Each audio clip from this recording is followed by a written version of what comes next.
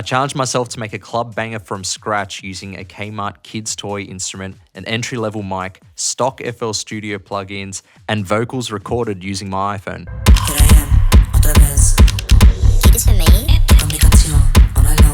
That's right, all the samples from this track are taken from this cheap wooden board. After scouting for different toy instruments on a Sunday shop, this looks promising.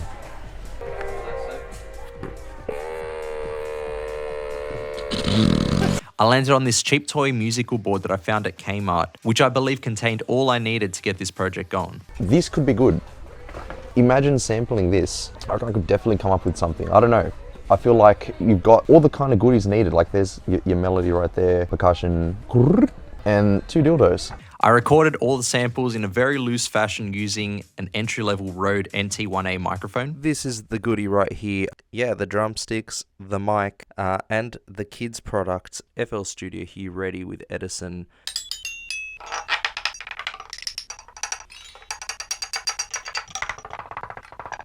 I think that'll do it. All I was doing here was trying to get as many different sounds as possible because I wanted variety and I knew the final product was going to consist of heavy audio manipulation as well as a combination of all these sounds. So of course, to make this challenge that much more difficult, I limited myself to only using stock FL Studio plugins. So this means none of my favorite EQs, compressors, reverbs, you name it. The sound design was by far the hardest aspect of this challenge because it required a lot of time, patience, and creativity to not only get a sound that was usable, but a sound that I liked. I somehow found myself going for this fun Latin house vibe that's a bit more harder and a little more up-tempo. And to add to that vibe, I felt it needed a bit of vocals. So I learned some Spanish and recorded all the vocals on my iPhone.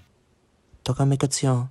I still had to apply the rules for the master, so I mastered this whole thing using stock FL Studio plugins as well. I think this is where I learned the most out of what I can actually get out of my sound without using anything fancy. I felt Tribal Toy All Night Long was a fitting title for the track, as well as the artwork I made for it too. Overall, I'm so stoked for this release because I really surprised myself and it's a fucking thumper.